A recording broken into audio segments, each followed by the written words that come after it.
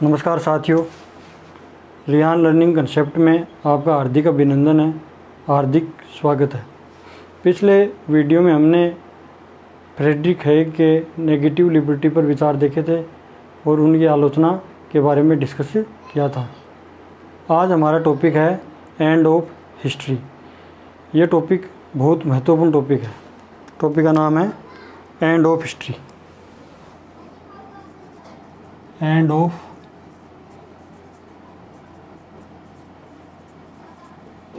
History, इतिहास का अंत। ये and of history topic international relation में बहुत ही पॉपुलर और फेमस टॉपिक है, बहुत ही पॉपुलर और फेमस कंसेप्ट है। ये कंसेप्ट जितनी पॉपुलर है, जितनी फेमस है, उतनी मिसअंडरस्टैंडिंग भी है। इस कंसेप्ट से कुछ मिसअंडरस्टैंडिंग जुड़ी हैं। कई बार आप आपस में बात करते होंगे कि एंड ऑफ हिस्ट्री का क्या मतलब है। कुछ आपस में विद्यार्थी आपस में बताते हैं कि एंड ऑफ हिस्ट्री का मतलब है कि राजनीति तथा युद्धों का अंत। राजनीति तथा युद्धों का अंत। एंड ऑफ हिस्ट्री का मतलब कई बार ये बताते हैं कि पूंजीवाद की साम्यवाद पर विजय।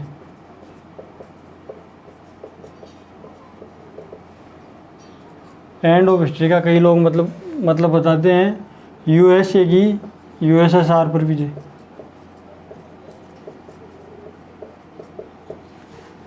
ये नैरो अर्थ है एंड ऑफ हिस्ट्री का, ये नैरो मीनिंग है। तो कई बार विद्यार्थी असमंजस में रहते हैं और कई बार उनके मिसअंडरस्टैंडिंग होती है। आज हम इस वीडियो में एंड ऑफ हिस्ट्री से संबंधित सभी मिसअंडरस्टैंडिंग दूर करेंगे। ये एंड ऑफ हिस्ट्री फ्रेज किससे जुड़ी है? अमेरिकी राजनीतिक दार्शनिक फ्रांसीसी फुकुयामा से जुड़ी है। अमेरिकी राजनीतिक दार्शनिक फ्रांसीसी फुकुयामा।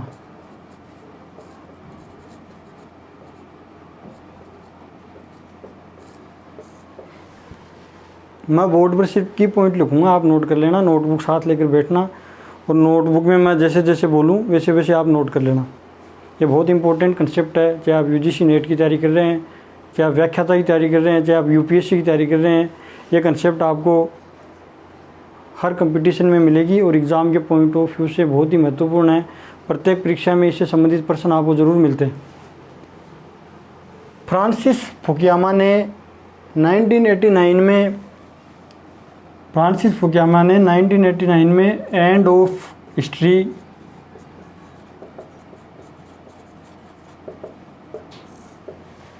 एक नेशनल इंटरेस्ट पत्रिका में एक शॉर्ट आर्टिकल लिखा था। शॉर्ट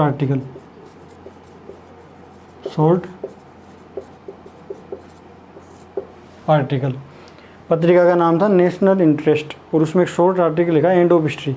और एंड ऑफ हिस्ट्री की डिबेट वहीं से शुरुआत होती है।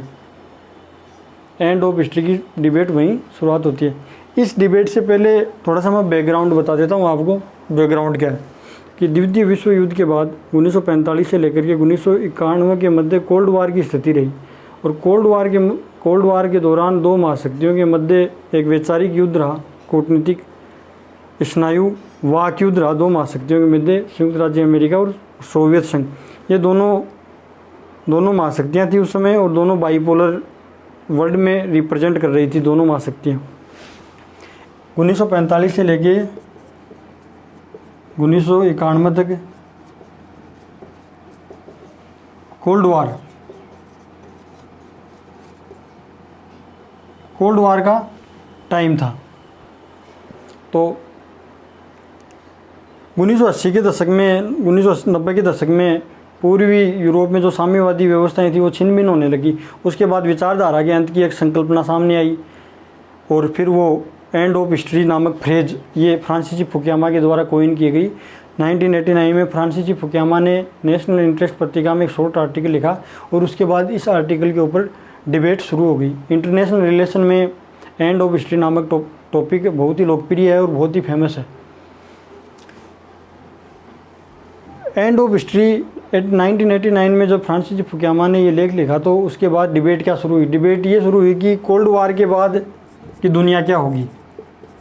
कोल्ड वार के बाद दुनिया का क्या भविष्य होगा, कोल्ड वार का सिग्निफिकेंस क्या है। कोल्ड वार का क्या अर्थ है? हमें ये समझना है कि जो शीत युद्ध का जो अंत हुआ उसमें सोवियत संघ का विघटन हुआ और संयुक्त राज्य अमेरिका की विजय हुई, उसका क्या अर्थ है? शीत युद्ध के अंत का कोल्ड वार का सिग्निफिकेंस क्या है, उसका अर्थ क्या है, उसका भविष्य क्या है? 1989 में इसकी डिबेट की शुरुआत हुई। अब हमें ये देखना है कि एंड ऑफ हिस्ट्री का मीनिंग क्या है। What does not mean end of history और what does mean end of history. End of history का मीनिंग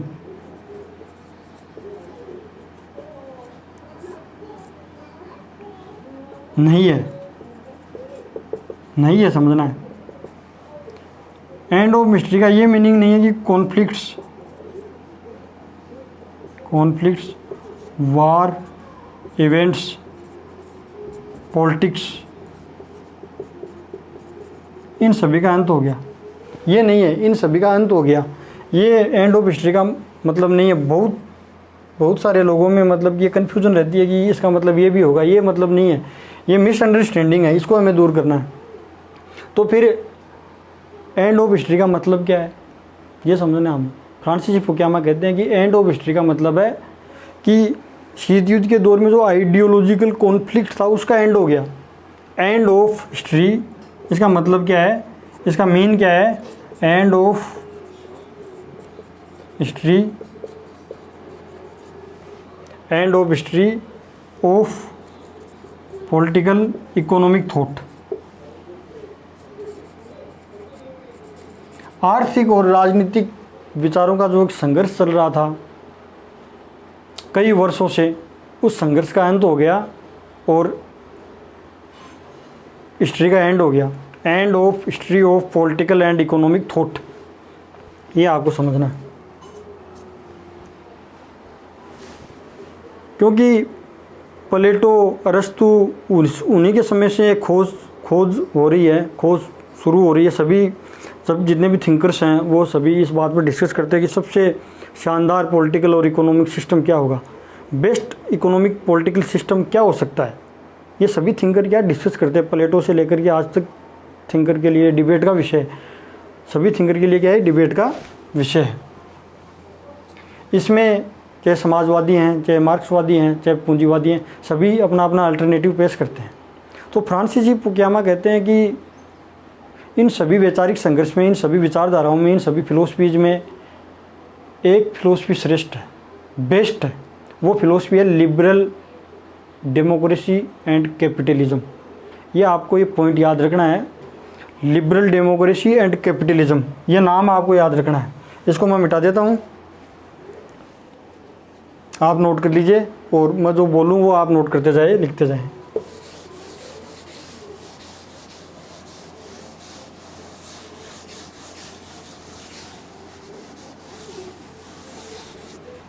लिबरल, उदार लोकतंत्र, हिंदी में भी लिख देता हूँ मैं, उदार लोकतंत्र और पूंजीवाद। जो विचारधाराओं का संघर्ष चल रहा था, उस संघर्ष में बेस्ट पॉलिटिकल और best economic system liberal democracy and capitalism है,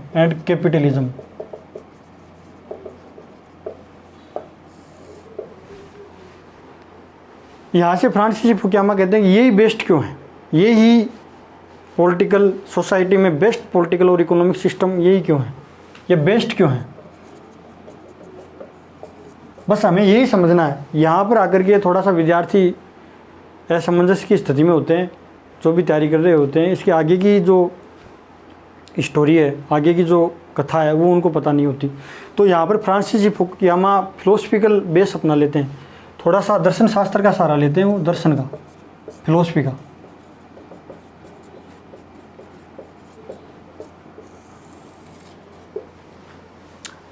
फ्रांसिस फुकुयामा क्या कहते हैं कि यही बेस्ट पॉलिटिकल सिस्टम क्यों है, यही सोसाइटी में बेस्ट और इकोनॉमिक सिस्टम क्यों है, liberal democracy and capitalism he best क्यों है। फ्रांसिस फुकुयामा इसका उत्तर देते हुए कहते हैं कि व्यक्ति की दो प्रकार की इच्छाएं होती हैं। पहली इच्छा है मटेरियल वेल्थ एंड गुड्स, भौतिक संपदा एंड वस्तुएं। या कह सकते हो कि material wealth, material goods and wealth, भौतिक वस्तुएं और संपदा। ये मनुष्य की एक इच्छा होती है, मटेरियल गुड्स एंड वेल्थ एक इच्छा है। दूसरी जो मनुष्य की इच्छा होती है वो रिकॉग्निशन और डिग्निटी की होती है। रिकॉग्निशन का मतलब होता है पहचान व्यक्ति की, और डिग्निटी का मतलब होता है प्रतिष्ठा, पहचान, स्वाभिमान, इज्जत। ये डिग्निटी से रिलेटेड है, प्रतिष्ठा।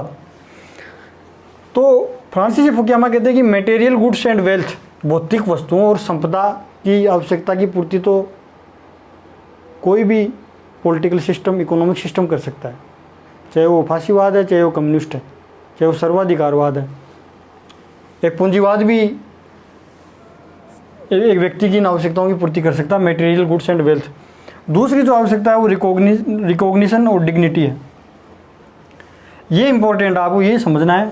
ये तो कहानी का एक हिस्सा है कि मटेरियल गुड्स एंड वेल्थ, इनकी आवश्यकता की पूर्ति तो कैपिटलिज्म करता है, क्योंकि पूंजीवाद में आपको भी पता है कि इकोनॉमिक लिबर्टी होती है, लोगों को फ्री मार्केट इकोनॉमी होती है, मुक्त व्यापार अर्थव्यवस्था होती है, वहाँ पर क्रेता और विक्रेता दोनों होते हैं, लोग अपनी मनचाही वस्तु खरीदते हैं, उपभोक्ता को स्वतंत्रता होती है, उपभोक्ता मनचाही वस्तु खरीदता है, तो जितने भी कंज्यूमर वो संतुष्ट होते हैं। एक पूंजीवाद में सभी प्रकार की वस्तुएं मिलती हैं, एक प्रतियोगी वहाँ पर प्रतिस्पर्धा पाई जाती है, प्रतियोगिता पाई जाती है।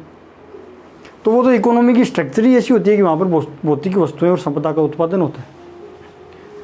अब ये रिकॉग्निशन, पहचान, ये पहचान क्या है, इसको एक उदाहरण के द्वारा हम समझेंगे कि मान लो कि कोई व्यक्ति में खाना बनाने का टैलेंट है और वो खाना बहुत अच्छा बनाता है, लेकिन उसकी कोई तारीफ़ नहीं करता, तो उसको बहुत समस्या आती है, वो बहुत परेशान रहता है फिर कि मेरी तारीफ़ क्यों नहीं कर रहे। तो वो क्या है कि डिमोरलाइज हो जाता है, हतोत्साहित हो जाता है। मान लो कोई व्यक्ति पढ़ने में बहुत इंटेलिजेंट है, लेकिन उसको सफलता नहीं प्राप्त होती, वो बार बार परीक्षाएं देता है, सफलता कई बार नहीं प्राप्त होती है आदमी को, उसका पढ़ा हुआ नहीं आता, कई बार आदमी अपने आप को मैनेज भी नहीं कर पाता, लेकिन पढ़ता है वो, और लोग क्या सोचते हैं उसके बारे में कि पढ़ता नहीं है। तब उसको ये लगता है कि मैंने जो मेहनत की है मुझे डिग्निटी नहीं मिल रही। तो रिकॉग्निशन और डिग्निटी की बड़ी समस्या है। ये पहचान की जो समस्या है व्यक्ति की, ये ह्यूमन नेचर और ह्यूमन साइकोलॉजी पर डिपेंड है। कि मानव मनोविज्ञान ऐसा ही है, कोई भी मनुष्य अपनी पहचान चाहता है, कोई भी मनुष्य अपनी इज्जत चाहता है, कोई भी मनुष्य अपनी प्रतिष्ठा चाहता है। उसका उसमें जो टैलेंट है, अगर लोग उसकी तारीफ़ करेंगे तो बड़ा खुश होगा और उस क्षेत्र में एक्सीलेंस की स्थिति भी हासिल कर सकता है। तो कहानी का दूसरा हिस्सा ये है, कहानी का एक हिस्सा तो ये है, कहानी का दूसरा हिस्सा ये है। यहाँ पर फ्रांसिस फुकुयामा सबसे ज़्यादा जोर देते हैं। फ्रांसिस फुकुयामा कहते हैं कि मटेरियल गुड्स एंड वेल्थ की नीड्स की पूर्ति तो कैपिटलिज्म कर सकता है, लेकिन रिकॉग्निशन और डिग्निटी जो ह्यूमन नेचर में बेसिक है, इनकी पूर्ति कैसे होगी? इनकी पूर्ति होगी डेमोक्रेसी में, एक लिबरल डेमोक्रेसी में, लिबरल डेमोक्रेसी। क्योंकि एक उदार लोकतंत्र में आदमी को राजनीतिक स्वतंत्रता और आर्थिक स्वतंत्रता दोनों प्राप्त होती है, राजनीतिक स्वतंत्रता भी प्राप्त होती है और राजनीतिक स्वतंत्रता भी। यहाँ पर व्यक्ति को पॉलिटिकल इक्वेलिटी और पॉलिटिकल इक्वेलिटी भी प्राप्त होती है, पॉलिटिकल लिबर्टी भी प्राप्त होती है। तो इन दोनों स्वतंत्रताओं से, पॉलिटिकल लिबर्टी और पॉलिटिकल इक्वेलिटी, इन दोनों स्वतंत्रताओं से व्यक्ति को क्या पहचान मिलती है? पॉलिटिकल इक्वेलिटी का मतलब है इक्वल सिटीजनशिप, समान नागरिकता, समान मताधिकार। पॉलिटिकल लिबर्टी का मतलब है व्यक्ति स्वतंत्र है चुनाव लड़ने के लिए, राजनीतिक गतिविधियों में भाग लेने के लिए, गवर्नमेंट की सभी पॉलिटिकल एक्टिविटीज़ में व्यक्ति पार्टिसिपेशन करने के लिए एकदम स्वतंत्र है। किसी भी उम्मीदवार को चुनाव लड़ने का अधिकार है, वोट देने का सभी को समान अधिकार है। लोकतंत्र में सरकारी आलोचना करने का सभी को समान अधिकार है। तो व्यक्ति को क्या है कि लोकतंत्र में, लिबरल डेमोक्रेसी में लिबर्टी प्राप्त होती है, उसको इक्वलिटी भी प्राप्त होती है। इसलिए क्या है कि उसको आनंद आता है लोकतंत्र में। और यहीं पर फ्रांसिस फुकुयामा इसी बात को पकड़ते हैं, इसी बात को ट्रेस करते हैं फ्रांसिस फुकुयामा क्या कहते हैं कि रिकॉग्निशन की नीड की पूर्ति सिर्फ और सिर्फ लिबरल डेमोक्रेसी कर सकती है, दुनिया में और कोई भी प्रणाली इस नीड की पूर्ति नहीं कर सकती। यहाँ पर इस पॉइंट को पकड़ो आप। इकोनॉमिक लिबर्टी तो आपको कहीं भी प्राप्त हो सकती है। एक फासीवादी और साम्यवादी रूल में भी आपको इकोनॉमिक लिबर्टी प्राप्त हो, लेकिन आपको पॉलिटिकल इक्वलिटी और पॉलिटिकल लिबर्टी एक लिबरल डेमोक्रेसी में मिलेगी। ये लिबरल डेमोक्रेसी की ताकत है, पावर है। पॉलिटिकल इक्वलिटी और पॉलिटिकल लिबर्टी लिबरल डेमोक्रेसी की क्या है, पावर है। तो इन आर्ग्यूमेंट्स जितने भी फ्रांसीसी फुकुयामा जितने भी आर्ग्यूमेंट्स देता है, उन सभी आर्ग्यूमेंट्स को फुलफिल करने के लिए फ्रांसीसी फुकुयामा प्लेटो, हिगल और अलेक्जेंडर कोजेप की फिलोसफी का सहारा लेते हैं। हिगल की फिलोसफी क्या है, पहले हम देखते हैं हिगल क्या कहते हैं। हिगल एक आदर्शवादी विचारक है। हम एक अलग से वीडियो में हिगल भी पढ़ेंगे। उनकी फिलोसफी बड़ी इंटरेस्टिंग है हिगल की। दाइस्ट, आइडिया, पृष्ठ, सोल, आत्मा, विश्व आत्मा आदि विचार बहुत ही इंटरेस्टिंग है हिगल के, वो हम पढ़ेंगे। हिगल के फ्रेडरिक हिगल क्या कहते हैं कि दुनिया में जो सभ्यता उसमें संघर्ष चल रहा है, सभ्यता है दुनिया में संघर्ष क्या चल रहा है कि दुनिया में संघर्ष चलेगा। बेस्ट सिविलाइजेशन, बेस्ट सभ्यता वो होगी जिसमें आदमी को क्या है, आदमी की सभी प्रकार की संतुष्टि प्राप्त होगी, उसमें आदमी खुश होगा, वो बेस्ट सिविलाइजेशन होगी। मतलब दुनिया में एक संघर्ष चल रहा है, हिस्ट्री में एक संघर्ष चल रहा है, हिगल कहते हैं। और संघर्ष क्या है कि बेस्ट सिविलाइजेशन, दुनिया में बेस्ट सिविलाइजेशन तब प्राप्त होगी जब व्यक्ति संतुष्ट हो जाएगा। एंड ऑफ हिस्ट्री की ये कंसेप्ट फ्रांसीसी फुकुयामा हिगल से अडोप्ट करते हैं, हिगल से ग्रहण करते हैं। अब फ्रांसीसी फुकुयामा प्लेटो का भी सहारा लेते हैं। प्लेटो की फिलोसफी बड़ी इंटरेस्टिंग है, ये आपको थोड़ा सा देखना है। प्लेटो की जो फिलोसफी से जो थाइमोस की कंसेप्ट लेते हैं हिगल, थाइमोस।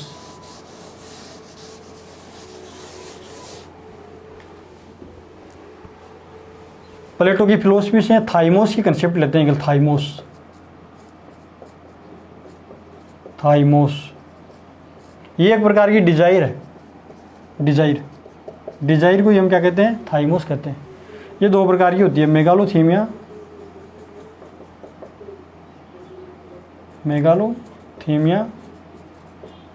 और आइसोथीमिया।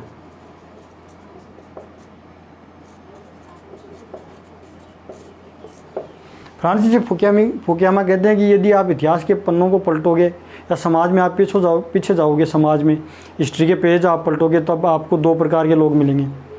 एक तो मेगालोथीमिया की इच्छा वाले और आइसोथीमिया। मेगालोथीमिया की इच्छा है महत्वाकांक्षा से जुड़ी है, महत्वाकांक्षा से,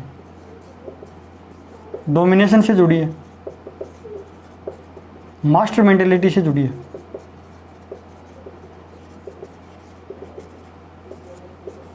इस प्रकार की डिजायर जिन लोगों में होती है, वो लोग क्या है कि दुनिया पर प्रभुत्व करना चाहते हैं। जैसे नेपोलियन और सीजर, इसका उदाहरण है नेपोलियन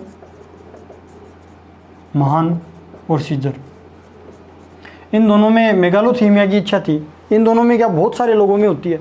दुनिया में कुछ लोग ऐसे होते हैं जो दुनिया पर प्रभुत्व करना चाहते हैं, उन लोगों को इक्वलिटी पसंद नहीं है, वो सोचते हैं कि पूरी दुनिया उनके अंडर में रहे।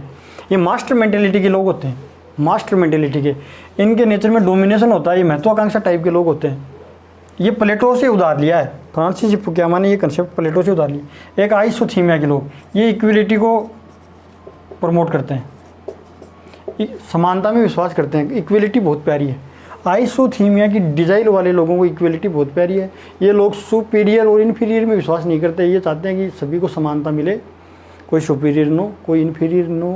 ये संतुष्ट होते हैं, इनको इनकी आवश्यकता की पूर्ति हो जाए तो ये समाज में संतुष्ट रहते हैं। इस प्रकार के लोग समाज में ज़्यादा रहते हैं, आइसोथीमिया की डिजायर वाले। समाज में क्या है, आइसोथीमिया की डिजायर वाले लोग ज़्यादा रहते हैं। तो फ्रांसीसी फुकुयामा कहते हैं कि हिस्ट्री में इन दोनों प्रकार की इच्छाओं में संघर्ष रहा है। हिस्ट्री क्या है, हिस्ट्री एक संघर्ष है जिसमें मास्टर मेंटेलिटी और स्लेव मेंटेलिटी के लोगों में हमेशा संघर्ष रहा है। मास्टर और स्लेव में हमेशा संघर्ष रहा। कार्ल मार्क्स भी ये कहते हैं कि इतिहास संघर्ष से भरी हुई कहानी है। कार्ल मार्क्स भी ये कहते हैं कि इतिहास वर्ग संघर्ष की कहानी है। इतिहास वर्ग संघर्ष से भरा पड़ा, क्लास ऑफ स्ट्रगल स्ट्रीम पाया जाता है। और हिस्ट्री यही हिगल कहते हैं कि मास्टर मेंटेलिटी और स्लेव मेंटेलिटी के लोगों में हमेशा संघर्ष होता है, क्योंकि आइसोथीमिया की डिजायर होती है, वो लोग स्लेव मेंटेलिटी के होते हैं। किस प्रकार की मेंटेलिटी के होते हैं? स्लेव मेंटेलिटी के लोग होते हैं वो। और ये लोग हमेशा क्या है कि जो मास्टर मेंटेलिटी के लोग होते हैं वो इन पर डोमिनेशन करना चाहते हैं, उसका क्या है कि ये विरोध करते हैं, रजिस्ट करते हैं, उसको विरोध करते हैं, उसका रजिस्ट करते हैं। हिस्ट्री हमेशा मास्टर मेंटेलिटी और स्लेव मेंटेलिटी के लोगों में हमेशा एक संघर्ष रहा है। तो फ्रांसिस फुकुयामा आगे क्या तर्क देते हैं कि लिबरल डेमोक्रेसी एंड कैपिटलिज्म एक ऐसा पॉलिटिकल और इकोनॉमिक सिस्टम है जिसमें इस हिस्ट्री का एंड हो गया, इस संघर्ष का एंड हो गया। अब समझते हैं कैसे। इसमें दो शब्द हैं, उदार लोकतंत्र और पूंजीवाद। मैं इंग्लिश में लिख देता हूँ, लिबरल डेमोक्रेसी, लिबरल डेमोक्रेसी, एक कैपिटलिज्म, एक कैपिटलिज्म। लिबरल डेमोक्रेसी आपकी पॉलिटिकल इक्वलिटी और पॉलिटिकल लिबर्टी, राजनीतिक समानता और राजनीतिक स्वतंत्रता दोनों की पूर्ति करती है, दोनों ही आवश्यकताओं की पूर्ति करती है। तो आइसोथीमिया टाइप के लोग लिबरल डेमोक्रेसी में संतुष्ट है। लिबरल डेमोक्रेसी का नेचर ऐसा होता है कि इसमें उदार लोकतंत्र में क्या होता है कि ये मेगालोथीमिया वाली जो इच्छा लोगों में पाई जाती है उसको तो सरप्रेस करती है, और आइसोथीमिया वाले लोगों को ये ऊपर उठाती है, उनको संतुष्ट करती है, सेटिस्फाई करती है। लिबरल डेमोक्रेसी में एक खास बात है, ये फ्रांसिस फुकुयामा तर्क दे रहे हैं, यहाँ पर आपको ध्यान देना है, बहुत इंपॉर्टेंट है, और आप मेरे से जुड़े रहें तो आपको ये समझ में आ जाएगी लास्ट तक ये कंसेप्ट, फिर आप किसी भी किताब में पढ़ लेना, इनको समझ में आ जाएगी। लिबरल डेमोक्रेसी में दोनों प्रकार की, लेकिन कैपिटलिज्म के लिए क्या कहते हैं वो, ये इसमें इकोनॉमिक लिबर्टी होती है आदमी को। पूंजीवाद में आर्थिक स्वतंत्रता होती है, कोई भी व्यक्ति व्यवसाय कर सकता है, उसको लिबर्टी है, स्वतंत्रता। तो फ्रांसिस फुकुयामा कहते हैं कि यदि समाज में जो मेगालोथीमिया इच्छा वाले लोग पाए जाएंगे उनका क्या होगा, उनका ये होगा कि वो कैपिटलिज्म उनको मिल जाएगा, कैपिटलिज्म में वो व्यापार करेंगे, बिजनेस करेंगे। पूंजीवाद में वो क्या करेंगे, फ्री मार्केट इकोनॉमी में बिजनेस करेंगे, फ्री मार्केट, और वो लोग अमीर हो जाएंगे, मतलब बिजनेसमैन बनेंगे। वो मेगालोथीमिया वाले इच्छा वाले लोग क्या बिजनेसमैन बनेंगे, क्या बनेंगे, बिजनेसमैन बनेंगे। जिनमें मेगालोथीमिया की इच्छा होगी वो कैपिटलिज्म में इस प्रकार की डिजायर की पूर्ति कर लेंगे, जिनमें आइसोथीमिया वाली इच्छा होगी वो लिबरल डेमोक्रेसी में पॉलिटिकल इक्वलिटी और पॉलिटिकल लिबर्टी से ये जो गुण है ये सिर्फ उदार लोकतंत्र में ही पाया जाता है, ये पॉलिटिकल इक्वलिटी और पॉलिटिकल लिबर्टी वाला, ये दुनिया की कोई और प्रणाली में नहीं पाया जाता। इसके बाद हम पढ़ेंगे लास्ट मैन क्या है, इस पर थोड़ा ध्यान देना, आप नोट कर लीजिए साथ साथ मेरे।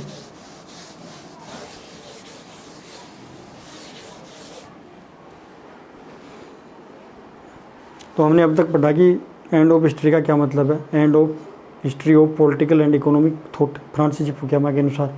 तो फ्रांसिस फुकुयामा कहते हैं कि तो फिर बेस्ट पॉलिटिकल और इकोनॉमिक सिस्टम क्या है, तो बेस्ट पॉलिटिकल और इकोनॉमिक सिस्टम है लिबरल डेमोक्रेसी एंड कैपिटलिज्म, ये फ्रांसिस फुकुयामा कहते हैं।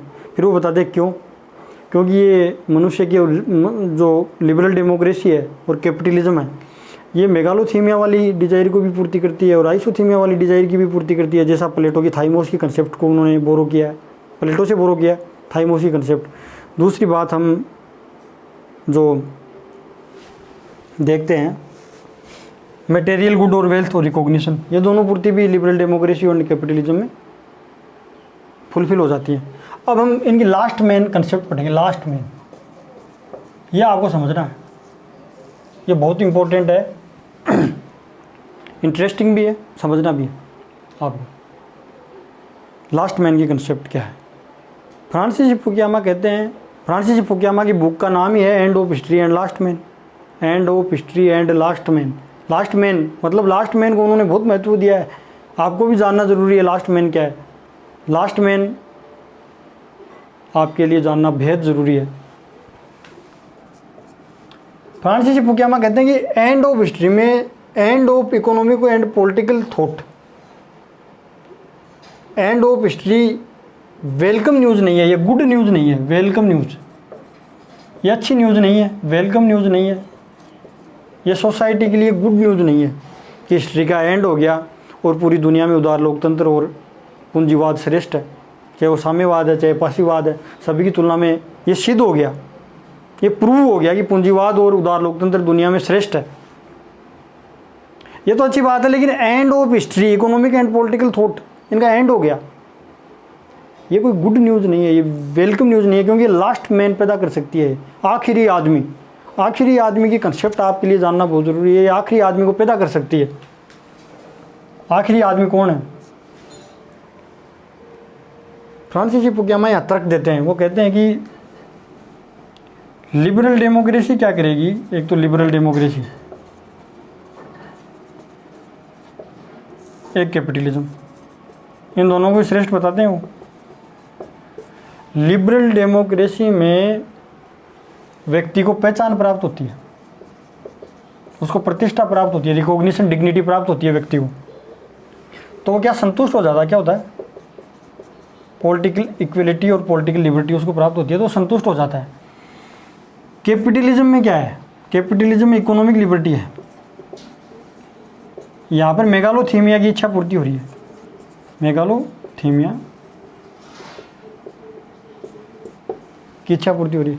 तो ये आइसोथीमिया की इच्छा वाले लोग क्या हैं? ये संतुष्ट हैं, समानता से बहुत प्यार करते हैं, ये इक्वलिटी चाहते हैं, हर क्षेत्र में इक्वलिटी चाहते हैं, चाहे वो इकोनॉमिक पॉलिटिकल फील्ड में इक्वलिटी तो ठीक है, लेकिन इकोनॉमिक फील्ड है, साइंटिफिक फील्ड है, आर्ट एंड कल्चर का फील्ड है, इन सभी प्रकार के क्षेत्रों में भी समानता चाहते हैं।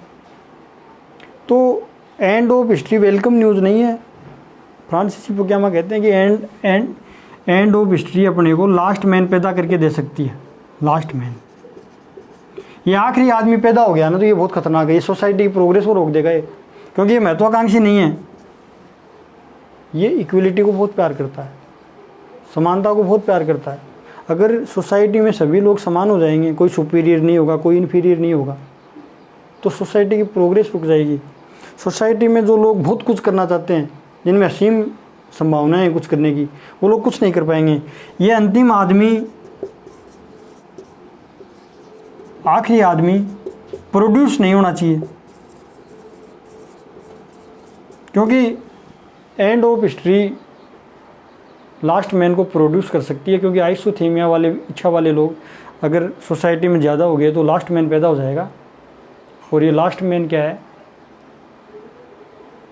सोसाइटी के लिए खतरनाक है, सोसाइटी के लिए बेहद खतरनाक है। लास्ट मैन सोसाइटी की प्रोग्रेस को रोक सकता है, ये हिस्ट्री की प्रोग्रेस को रोक सकता है, सोसाइटी की प्रोग्रेस को रोक सकता है। पॉलिटिकल फील्ड लोकतंत्र में, पॉलिटिकल फील्ड में पॉलिटिकल इक्वलिटी, पॉलिटिकल लिबर्टी तक तो लास्ट मैन ठीक है, लेकिन इकोनॉमिक क्षेत्र है, साइंटिफिक क्षेत्र है, आर्ट एंड कल्चर का क्षेत्र है, अन्य क्षेत्र हैं, इन सभी क्षेत्रों में समानता स्थापित नहीं की जानी चाहिए। इन सभी क्षेत्रों में व्यक्ति को संघर्ष करने की क्षमता देनी चाहिए, व्यक्ति को खुला छेड़ देना चाहिए। जो व्यक्ति महत्वाकांक्षा उस क्षेत्र में आगे जा करके संतुष्टि प्राप्त कर सकता है। तो लास्ट मैन की कंसेप्ट आपके लिए बहुत महत्वपूर्ण है। बिना छाती के पुरुष भी कहा जाता है इनको, बिना छाती के पुरुष, क्योंकि इनमें एक्सीलेंस वाली भावना नहीं होती। तो लास्ट मैन की कंसेप्ट आपके समझ में आई होगी। इसी के साथ वीडियो का एंड होता है। हाँ, थोड़ा सा ये बता देता हूँ मैं कि लास्ट मैन की कंसेप्ट फ्रांसीसी फुकुयामा ने फ्रेडरिक नीत्शे से ली है। अंतिम मानव की अवधारणा फ्रांसीसी फुकुयामा ने फ्रेडरिक नीत्शे से ली है। फ्रेडरिक नीत्शे, एक अलग वीडियो में हम फ्रेडरिक नीत्शे को भी पढ़ेंगे। आप मेरे से जुड़े रहें। उम्मीद है कि आपको ये कंसेप्ट समझ में आई होगी। मैंने मेरा पूरा प्रयास किया आपकी मिसअंडरस्टैंडिंग दूर करने का। अगर आपको मेरा वीडियो पसंद आया तो प्लीज़ कमेंट कीजिए। हाँ, मैं आपको एक बात और बता दूं कि एंड ऑफ हिस्ट्री का चैप्टर 1 था, चैप्टर 2 अभी बाकी है।